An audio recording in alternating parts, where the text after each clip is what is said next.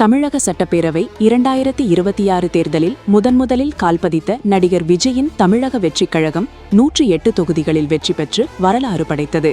ஆனாலும் ஆட்சி அமைக்க 118 இடங்கள் தேவையாக இருந்தது. இதனைத் தொடர்ந்து முதலில் 5 காங்கிரஸ் எம்எல்ஏக்கள் ஆதரவு கொடுத்தனர். இதன் பிறகு இந்திய கம்யூனிஸ்ட் மற்றும் மார்க்சிஸ்ட் கம்யூனிஸ்ட் கட்சிகள் தலா 2 எம்எல்ஏக்கள் என மொத்தம் 4 எம்எல்ஏக்கள் தவகவுக்கு ஆதரவு கொடுத்தனர். இதனால் தவக மெஜாரிட்டி பெற 2 எம்எல்ஏக்கள் ஆதரவு தேவைப்பட்டது. இதனால் தவக சார்பில் திருமாவளவனின் விடுதலை சிறுத்தைகள் கட்சியிடம் பேசப்பட்டது. விஜய் திருமாவளவனிடம் போன் மூலம் பேசியதாகவும் தகவல்கள் கூறின. தங்களின் நிலைப்பாடு என்ன என்பது குறித்து நாளை, அதாவது இன்று அறிவிப்பதாக விசிகா கூறியிருந்தது. இந்த நிலையில் இடதுசாரி கட்சிகளைப் போன்று விசிகாவும் தவக ஆட்சி அமைக்க நிபந்தனையற்ற ஆதரவு வழங்கியுள்ளது.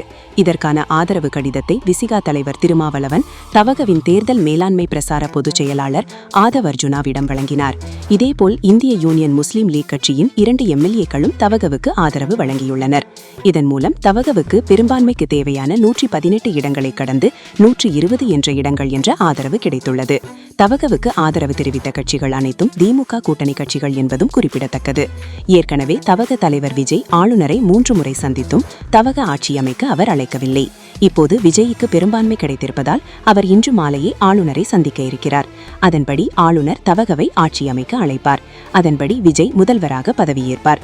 தமிழகத்தில் ஆளுநர் ஆட்சி வரக்கூடாது, ஒரு நிலையான ஆட்சி அமைய வேண்டும் என்பதற்காகவே தவகவுக்கு ஆதரவு என இடதுசாரி கட்சிகள் கூறியிருந்தன.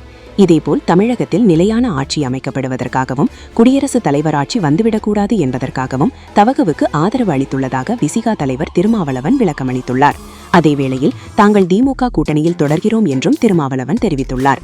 எந்த நிலையிலும் மதவாத சக்திகளை விஜய் அனுமதிக்க கூடாது என விஜய்க்கு திருமாவளவன் கண்டிஷன் போட்டதாக தகவல் வெளியாகியுள்ளது.